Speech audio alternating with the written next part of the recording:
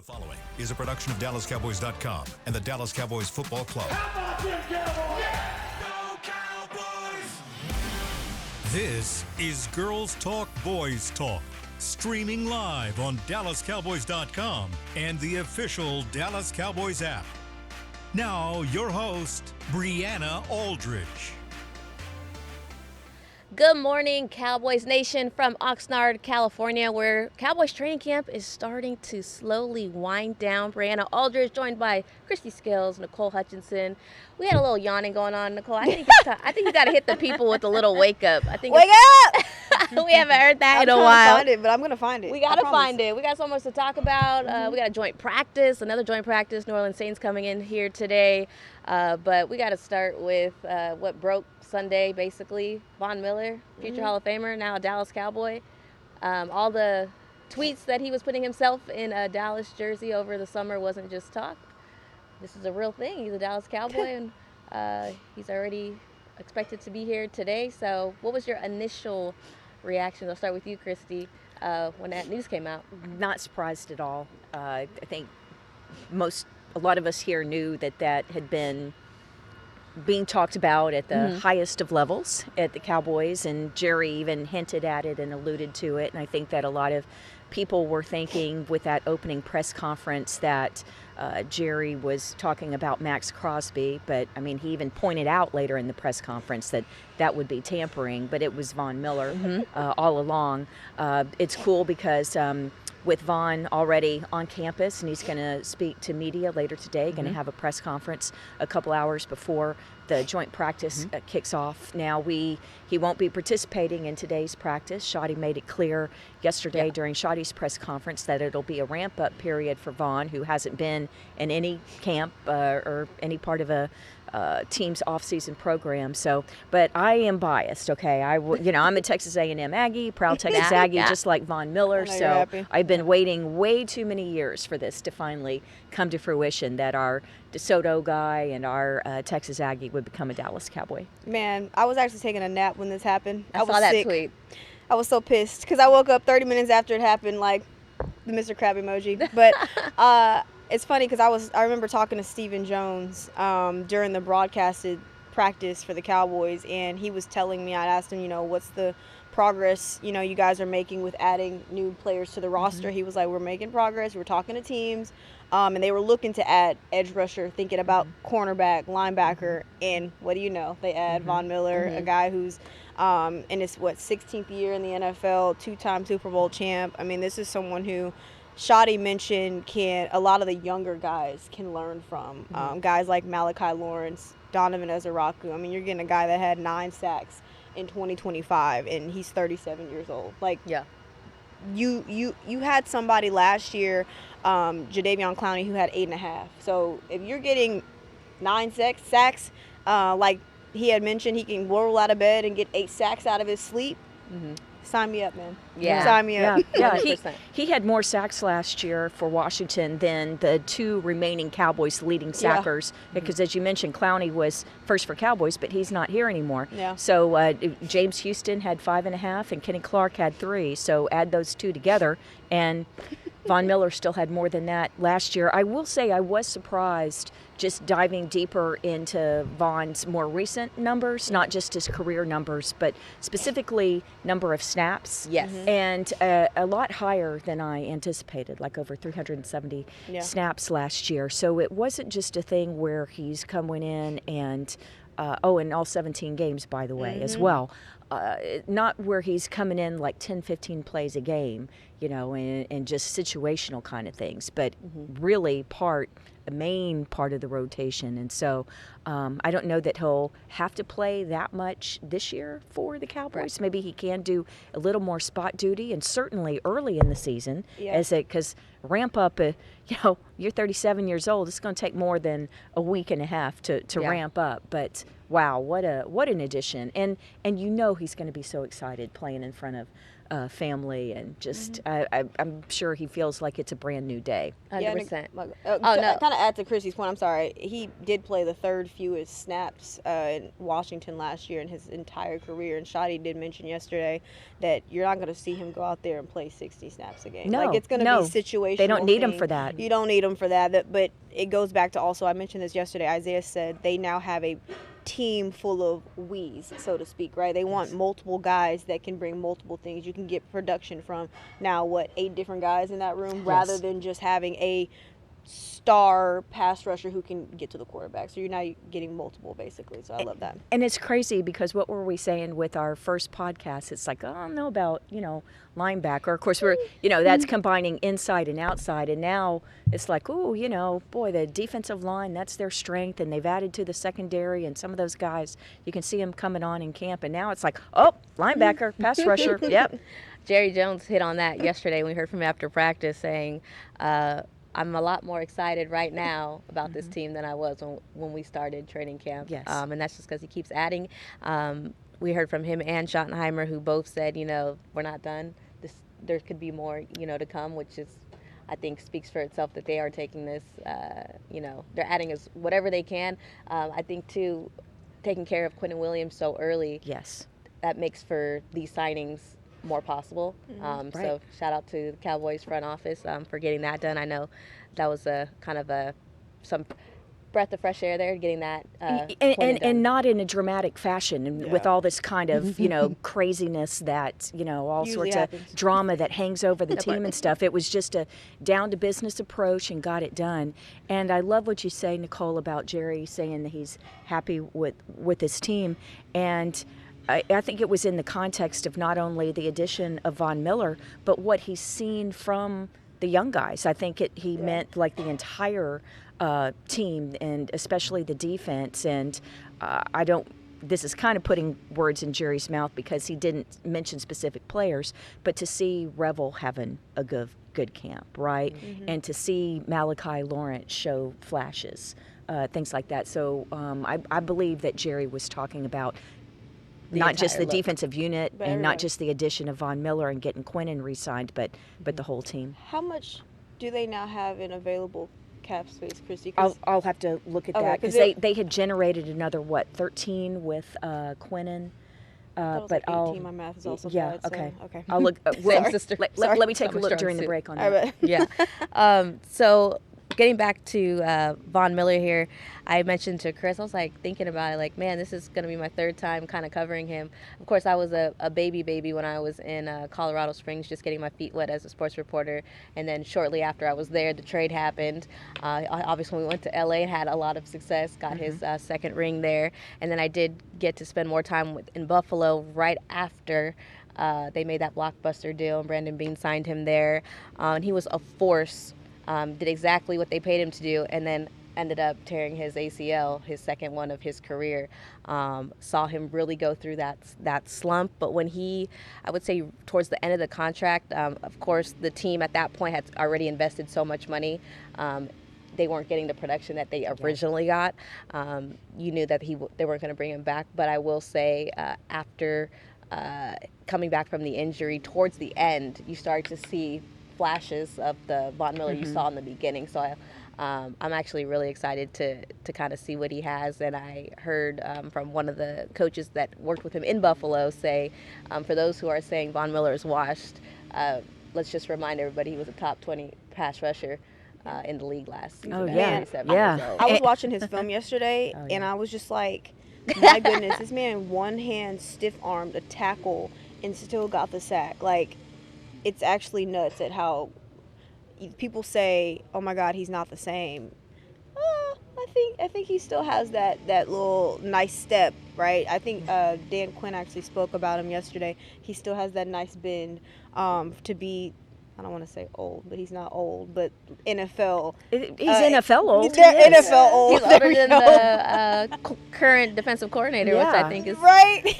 Interesting there. Well, y'all are nearly as old as the defensive coordinator, so come on now. That's where I think the question is, with all these places that you've been simultaneously with Vaughn. Is he stalking you, or are you stalking him? I know. It's And just, he better hope that you don't move to Cleveland, I guess, you know? oh man, yeah, we don't want those. We don't want those Wow. problems. But I will say, and everybody hit it on the head yesterday. We know what he can do on the field. He didn't forget how to be a pass rusher. Like Nicole was saying, he's not going to come in and take over, but it's the leadership 110% that is going to make the difference, I think, is what he's proven to do, especially when I'm thinking mostly of what he's able to do for Bradley Chubb, back during their time together. But kind of pivoting a little bit, we talked a little bit about it yesterday, Krista, you and I, off camera. What does this kind of mean for some of those other guys? I mean, this position battles are tight. You're only going to keep a certain amount on this roster. Yeah, well, you know that the Tyrus Wheats of the world, who had a really outstanding preseason opener this past Saturday night in Seattle's thinking, what do I got to do, man? You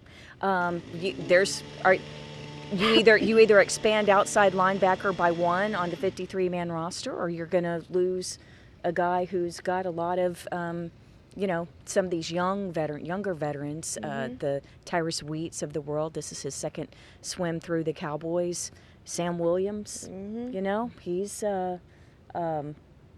dropping into coverage in Seattle on one of these plays.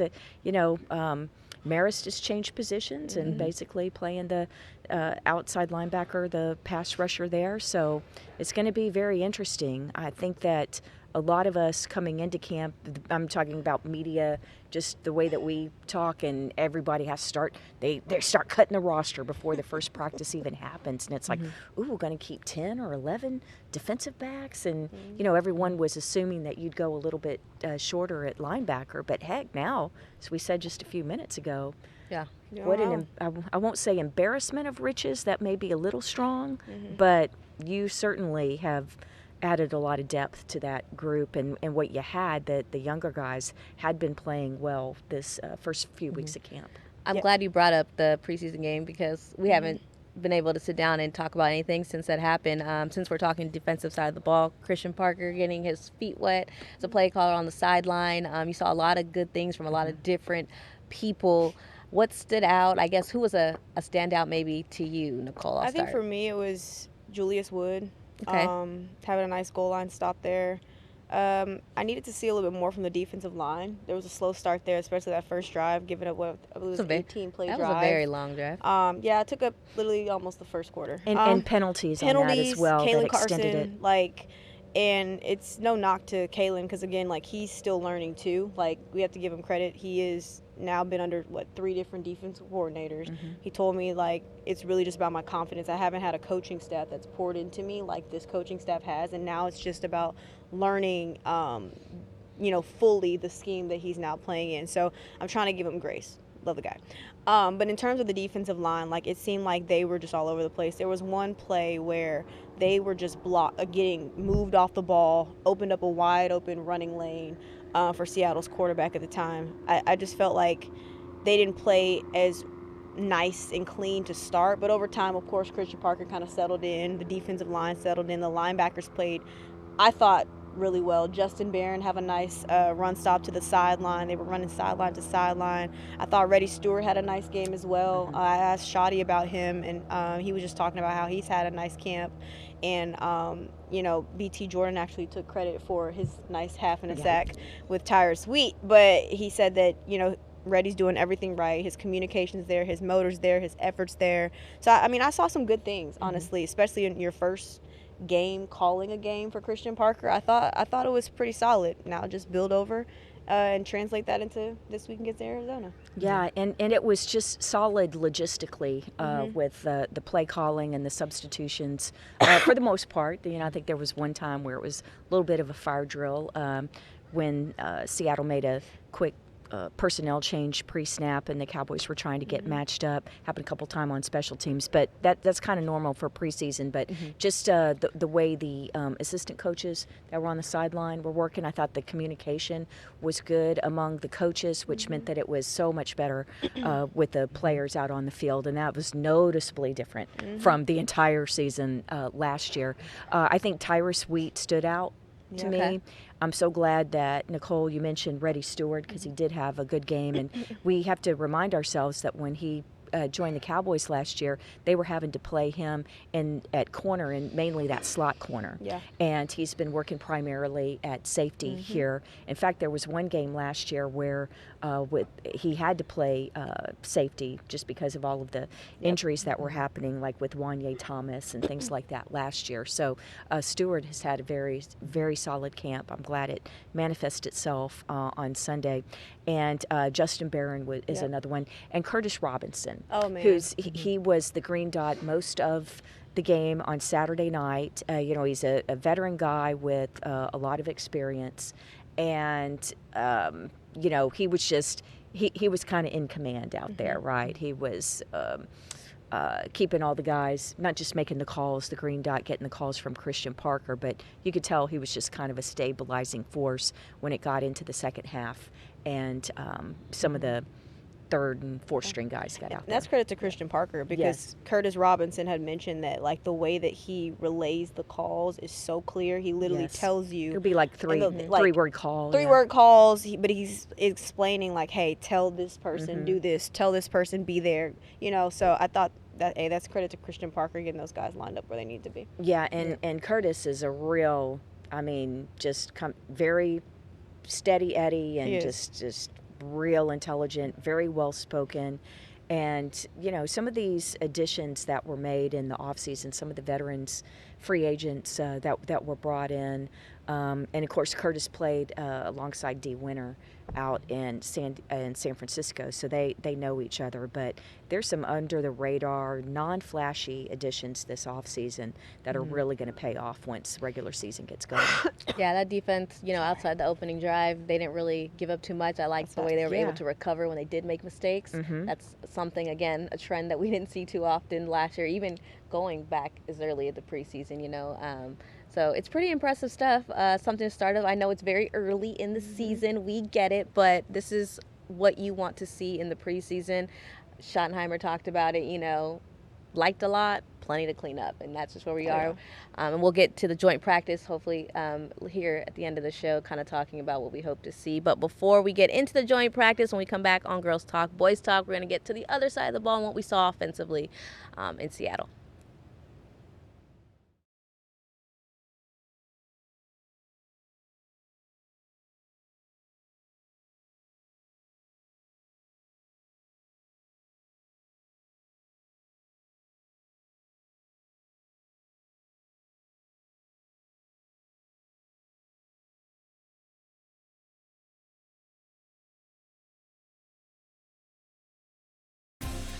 Cowboys fans, in business, every dollar counts. And in a constantly changing tax landscape, success takes a partner with the right game plan to help you stay ahead. Ryan combines global tax expertise with purpose-built technology to bring clarity, control, and confidence to tax management. That means a smarter way to manage your tax function, improve performance, and keep your business moving forward. Learn more at Ryan.com. Ryan, the official tax partner of the Dallas Cowboys. Before there were Cowboys, there were charros, skilled horsemen riding across Mexico with a spirit and a soundtrack all their own. Today, that spirit rides on with the Dallas Cowboys and the sounds of Game Day Mariachi. At Tito's Handmade Vodka, we're proud to celebrate the charros, the Cowboys, and the mariachis who made Game Day unforgettable. Tito's Handmade Vodka, proud sponsor of the Dallas Cowboys and Game Day Mariachi. Salud to America's team. Distilled and bottled by Fifth Generation Incorporated, Austin, Texas. 40% alcohol by volume. Savor responsibly. How does the cheerleaders' hair always look so perfect? We asked, and they shared one of their biggest beauty secrets. If you want hair like theirs and confidence to match, use Babyliss Pro styling tools. The Dallas Cowboys cheerleaders use Babyliss Pro curling irons to get those perfect game day curls. To get the hair you see on the cheerleaders, head to BabylissPro.com. Use the code Cowboys20 for 20% off Babyliss Pro tools, the official styling tools of the Dallas Cowboys cheerleaders. Get the discount while it lasts. Offer may be withdrawn at any time at advertiser's discretion. Heck of a win, fellas. Coach, the Cowboys beat us by 30 points. No, I'm talking about my dog. He started eating fresh food from the farmer's dog and has lost 7 pounds. Your senior dog with joint issues? That's right, Steven. The pre-portioned meals of real meat and veggies help keep him lean, active, and feeling like a puppy again. That's incredible. But what about the game? The Cowboys smoked us. Hit the field, run some sprints. Get 50% off your first box of the official pet food of the Dallas Cowboys, only at thefarmersdog.com/Cowboys. Back to Girls Talk, Boys Talk. The Farmer's Dog is the official pet food of Dallas Cowboys. It's real, fresh food, portioned just for your dog and delivered to your door. Visit thefarmersdog.com/Cowboys. Welcome back into Girls Talk, Boys Talk. We just spent some time talking about the Von Miller news, breaking down some defense if you're just joining us. And now we're going to switch over to the offensive side of the ball, what kind of we saw in Seattle in that first preseason game. I'll start with you, Christy. Offensively, I mean, I think we all know who the offensive star was, but boy, what a debut, huh? Camden Brown. Well, what's interesting, so Bree, I called it the trifecta in our Dallas Cowboys pregame show because before a preseason game, I'll go to 3 different sources. I'll go to a scout, go to someone high up in player personnel, and then I'll go to a teammate, a player, and no prompting and different things. It's not like who on defense or who on special teams or who on offense, but it's like who's had a good week and who's going to really show in this game. And all 3 of them, without any prompting, said Camden Brown. Oh, I love that. So I've done this a lot, but it's the first time I've ever had all 3 say the same person for the same game. So, and we all saw, all of us watching practice the last couple weeks, saw how he's climbing the depth chart on special teams, and he's made some really nice catches out here, especially in some of the one-on-one situations. But what a debut for Brown. And yes, he had the 2 touchdown catches, but then he also had his 3rd catch was the longest of the game for either team, 37 yards. So I thought he was fantastic. Yeah, I mean, well said, Christy. Like, Camden has been making the quote-unquote most acrobatic catches throughout camp, but he's shown, because I remember when we first got here, he was taking third-team reps, slowly starting to take more second-team reps as time went on. Now he's getting sprinkled in a little bit in first team. So that's a sign, especially when you're now in a room where it's so deep, right? And you have guys like CD, George Pickens, of course, Ryan Flanoy ahead of you, Turpin, who they still love, other guys that you're really competing for. So I love the fact that Camden went out there, performed, and this is a kid who I said this on the sideline on the broadcast, who's kind of been through a lot, ups and downs in his career. High school, had to bounce from high school to high school, but he moved from Louisiana to South Florida, was kind of lost in the depth chart at Auburn, lost his little sister to kidney failure a couple of years ago, and now kind of trying to prove himself as an undrafted free agent. Like, that's obviously you never want to go through that, but that's the type of stories that you love hearing. And so, yeah, I mean, I'm rooting for Camden, but I also want to touch on this running back room, Malik Davis, because you cannot mention the fact that, and of course, there's some different factors, right? Offensive line didn't play as well. They needed to play the first half. Second half, they played a little better, but still, like, I thought Malik Davis was the best running back on the field. For sure. In terms of the running lanes. Like, they weren't there all the time, but he was able to create on his own. Had a couple of nice 8-yard pops, 14-yard gains. Like, his pass protection, there was a blitz pickup that he was able to do. So, like, right now the conversation is who's your running back 2. And, again, love Jaden Blue, love Phil Moffa, all those guys in that room. But Malik Davis, as of right now, gives you what you need from your running back 2, especially behind a Javonte Williams. Yeah, and a good as of player now, on I'm teams too. As And you're not getting that from exactly. Jaden Blue.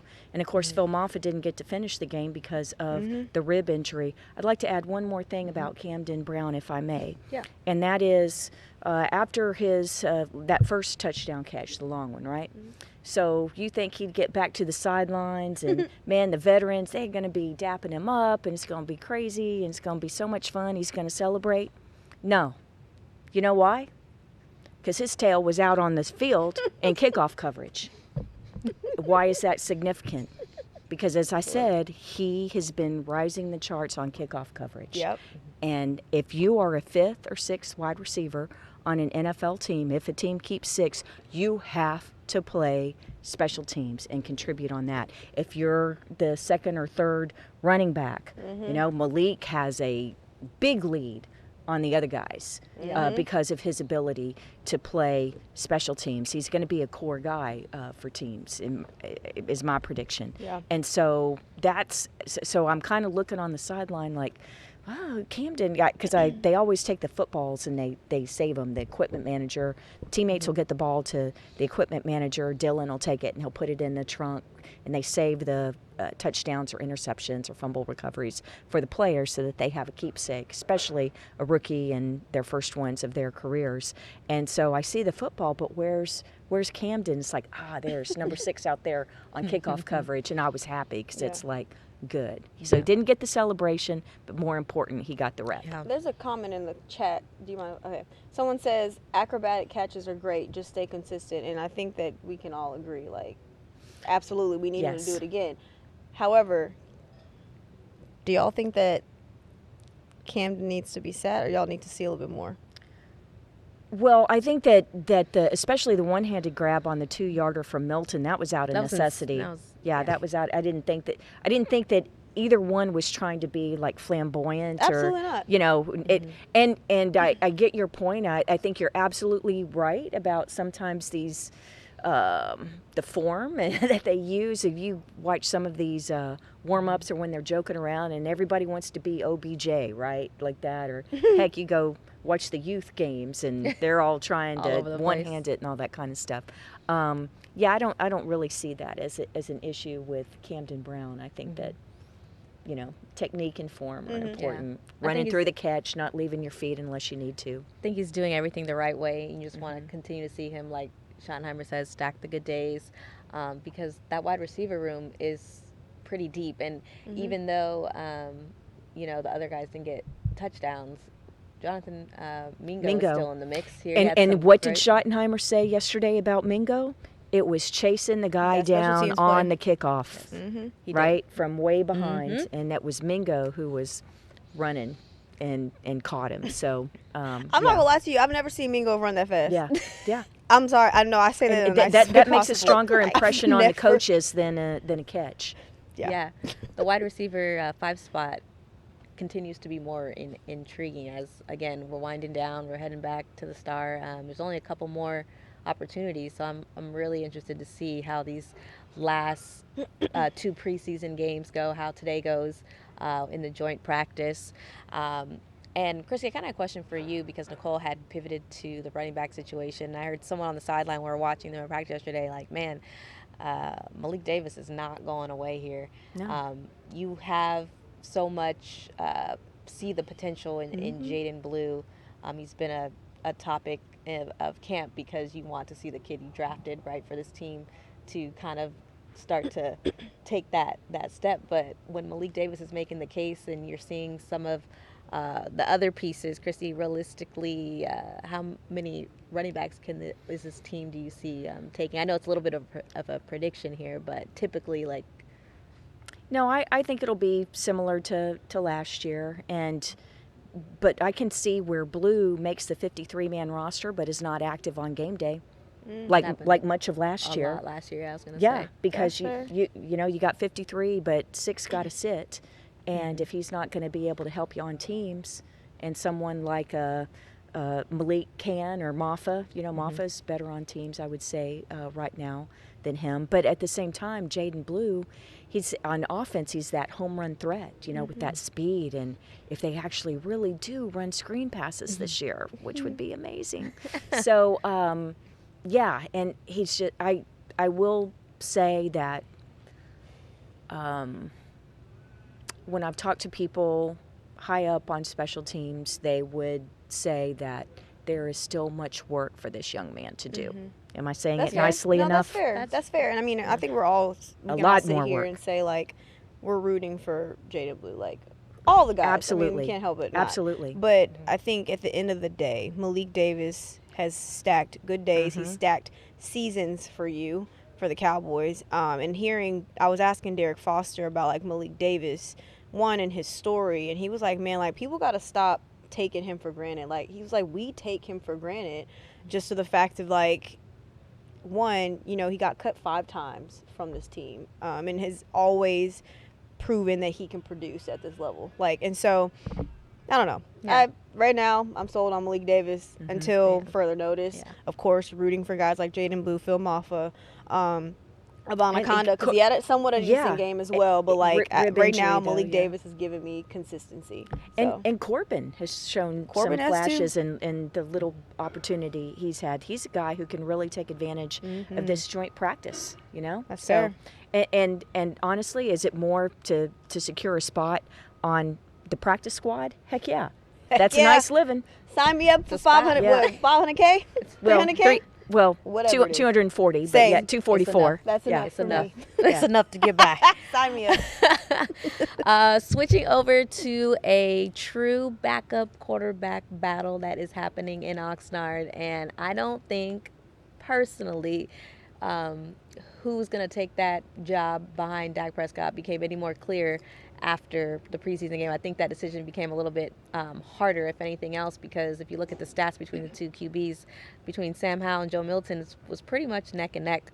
But I was very much impressed with Joe Milton because we just had a podcast where we talked about, man, we're just seeing a lot of, and I don't know if he heard us, felt the pressure of seeing Sam Howell get the QB1 spot, or start, I should say, on Saturday, but that was probably the most poised I've seen him. Oh, yeah. I think. Sorry, my bad. Do you mind? Okay, Yeah. go ahead, jump in. I think, again, Sam Howell wasn't given the offensive line play that Joe Milton got. But then again, I think that was also the best I've seen Joe Milton play in terms of his command of the offense. His footwork was fire. The way his ability to throw accurately, I felt it all kind of clicked for him, which, I mean, he had been saying that it's been clicking, but we hadn't seen it in practice. And so, it's been up and down.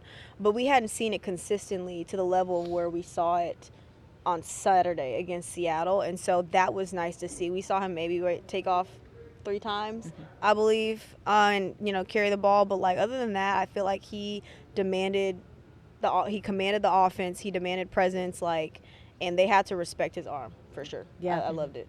Well, I think it's an easy decision. You go for the guy who had the 118 passer rating. Mm-hmm. Oh, wait, they both did? They both did. Both of them had a passer rating of 118? Wow. Yeah, I think Joe Milton's performance best, as a Cowboy for sure. And moving the team, steady Eddie, but he definitely outshone Howell in terms of, just kind of the more fun plays and the thing. But Howell was steady Eddie, and you're right, he got no favors for that run game or those first couple series. So, but it'll be interesting. I think that Milton did more than enough to merit getting to work with the First. Start. to be starting the preseason game 2 ahead of Howell and let him work with those guys. Yeah, I wouldn't be surprised if maybe this next preseason game they switch it up. Yeah, they just Milton, flip it. Yeah. and then see. So, I mean, again, for Milton, just keep stacking the days because I think he showed that he can do it, and you've been waiting to see him put it all together in a game-like setting. The way the ball just comes off his hand, it's a thing of beauty. It is. It really is. We saw yesterday in practice, they were throwing into the little, what's it called? Little net. Net. Little target on the net. What I was looking for. And his footwork, I was talking to Nick Harris, and he was like, man, his footwork is dang near perfect. And just that throw alone. But it has taken the step that, obviously Shimko was touching on. Love what I saw from Joe Milton. Last little tidbit here on offense I want to talk about, who also kind of stood out on tape, tight end Michael Trigg. We got to hear from after the game a little bit. Ferguson talked a little bit about him. What are you seeing from Michael Trigg? What did you see from him, Christy? Because I feel like he's putting some good things on tape as well. Yeah, I think they'd want to see the consistency. Oh gosh, I'm sorry for the coach talk kind of thing, but I talked to Jake before the game, and specifically, what do you want to see from Trigg, and what do you want to see from DJ Rogers? And so he says, I got to see the consistency. I said, come on, Mr. Coach, speak. What do you? He's like, no. It's the small details with Trigg that he has to do every single time. It can't just be one play. He says, so across the board, That's what I need from Trigg.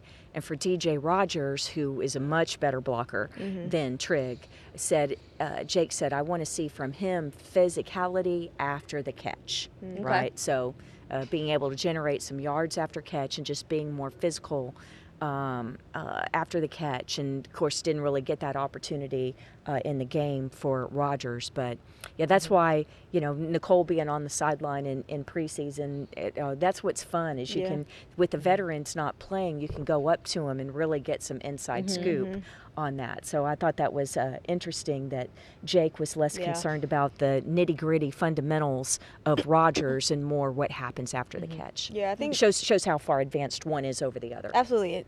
Luna told me that too when we got a chance to kind of get assistant coaches off to the side, and he was like, right now the only thing for Michael Trigg, block the right person, run the right route. Like he's so raw and needs so much more developing in terms of like his technique and things like that, and kind of like understanding the game, but he's gonna get there over time. And like I said before, like that's fine. It takes time for a little bit more, but he said in a couple of years, just give him a couple more years, maybe a year, and he'll be like the tight end in this room, that we've been kind of raving about since Baylor. So yeah, I saw some nice things from Michael Trigg though. It'll be interesting to see the other guys in that room, because Luke Schoonmaker, you're expecting him in this contract year to really, really, really show up. I didn't think he had the best game blocking and even catching the football either.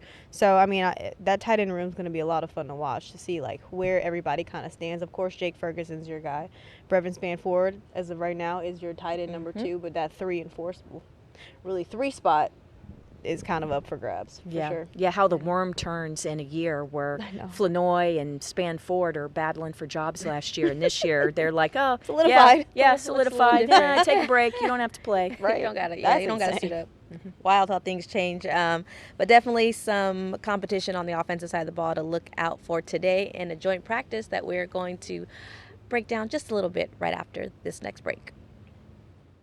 Heck of a win, fellas. Coach, the Cowboys beat us by 30 points. No, I'm talking about my dog. He started eating fresh food from the farmer's dog and has lost 7 pounds. Your senior dog with joint issues? That's right, Steven. The pre-portioned meals of real meat and veggies help keep him lean, active, and feeling like a puppy again. That's incredible. But what about the game? The Cowboys smoked us. Hit the field, run some sprints. Get 50% off your first box of the official pet food of the Dallas Cowboys, only at thefarmersdog.com/Cowboys. Before there were Cowboys, there were charros, skilled horsemen riding across Mexico with a spirit and a soundtrack all their own. Today, that spirit rides on with the Dallas Cowboys and the sounds of Game Day Mariachi.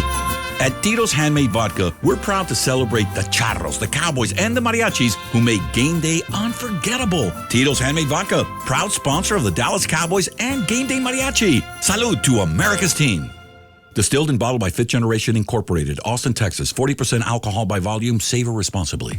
How does the cheerleader's hair always look so perfect? We asked, and they shared one of their biggest beauty secrets. If you want hair like theirs and confidence to match, use Babyliss Pro styling tools. The Dallas Cowboys cheerleaders use Babyliss Pro curling irons to get those perfect game day curls. To get the hair you see on the cheerleaders, head to BabylissPro.com. Use the code Cowboys20 for 20% off Babyliss Pro tools, the official styling tools of the Dallas Cowboys cheerleaders. Get the discount while it lasts. Offer may be withdrawn at any time at advertiser's discretion. All right, Cowboys fans, this one's for us. If the men in your life bleed blue and silver like we do, then look no further than Gillette Labs. The Gillette Labs official Dallas Cowboys licensed razor, now available as a retro SKU, combines his Cowboys pride with Gillette's best shave. And with 50% longer lasting blades, it's easy to shave like a legend and look like a pro. A win-win situation for all of us. Get it while you can at Gillette.com/NFL. Gillette's best shave is also available as heated. 50% longer lasting blades per cartridge versus Fusion.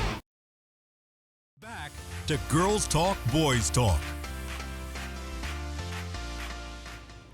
NFL Plus is here, which means no matter where you are, this is how you football.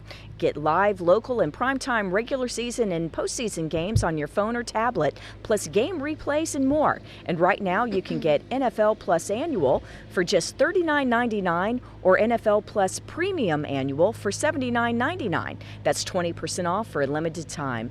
Go to plus.nfl.com and start your free trial of NFL Plus today. Offer ends September 21st. Welcome back to Girls Talk, Boys Talk, and we have to talk about a joint practice that is happening today. New Orleans Saints are here in Oxnard, and Christy, we talked about it a little bit, so I'm going to start with you because there's some things to clean up that we saw from preseason game one. I know one sits very heavy on your heart.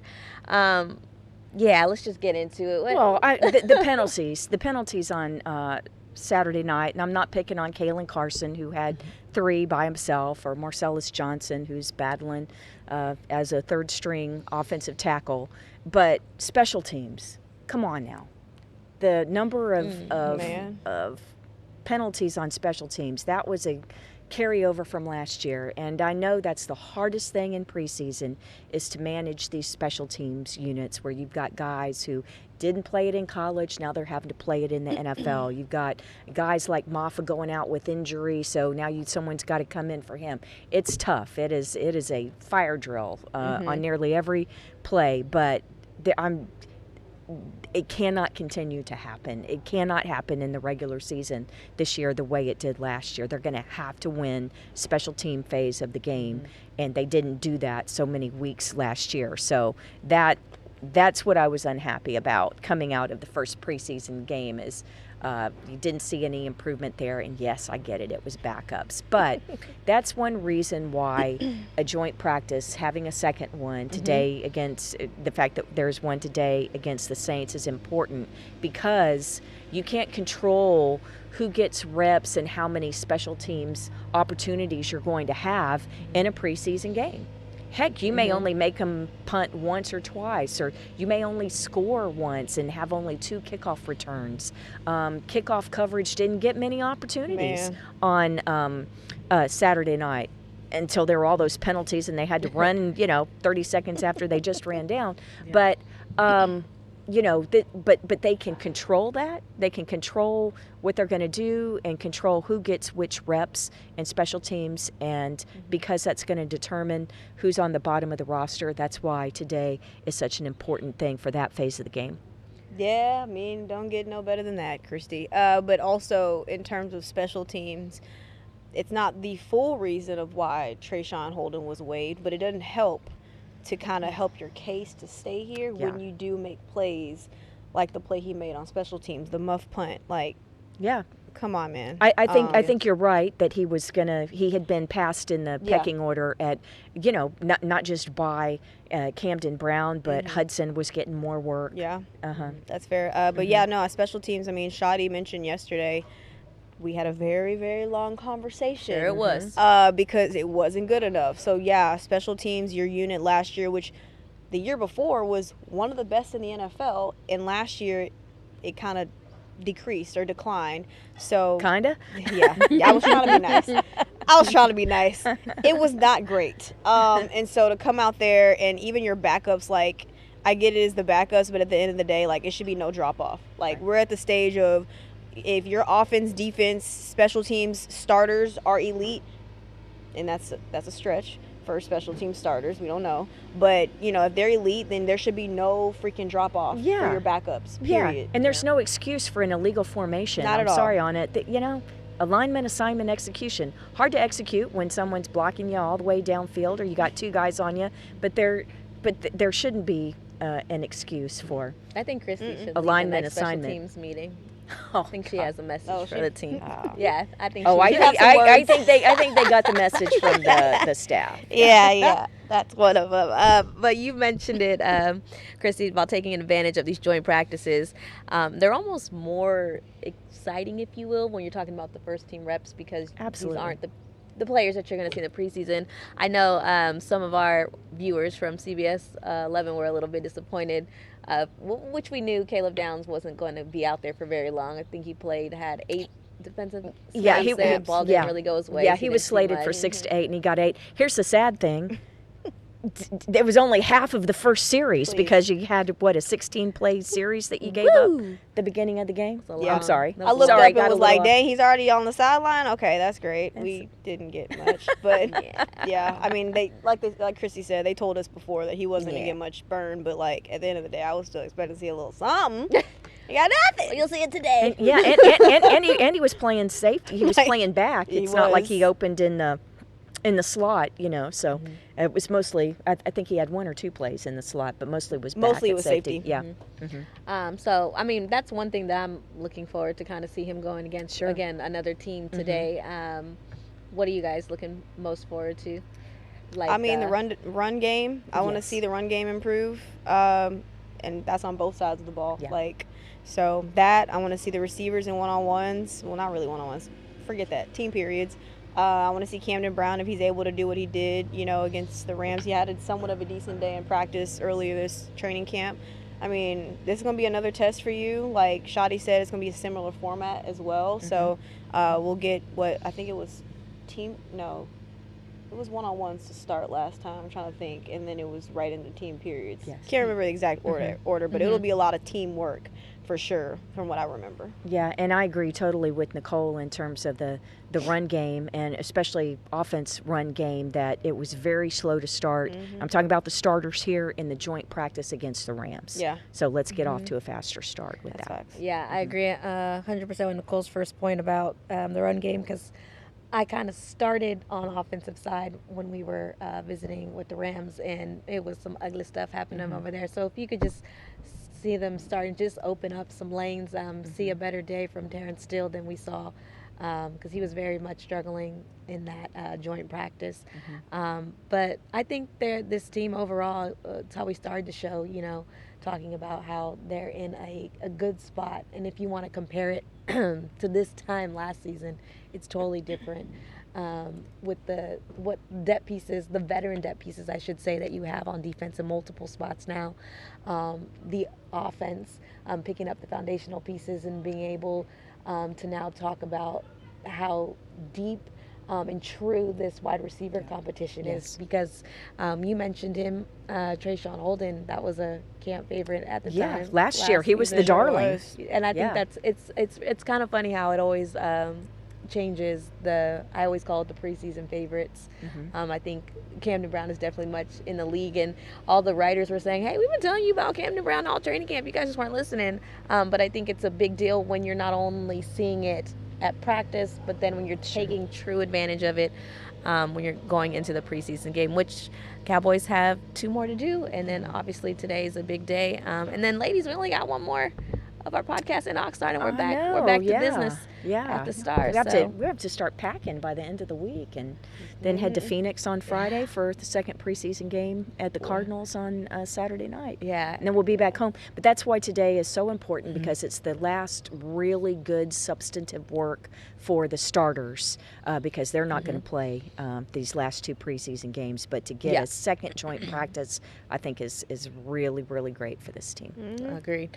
Well, we're going to be breaking it all down, what we see today, when we see you guys again on Thursday for our last show in Oxnard, California. But that's going to do it for today. For Brianna Aldridge, Chrissy Skills, Nicole Hutchinson. This has been a production of DallasCowboys.com and the Dallas Cowboys Football Club. How about this, Cowboys? Yeah!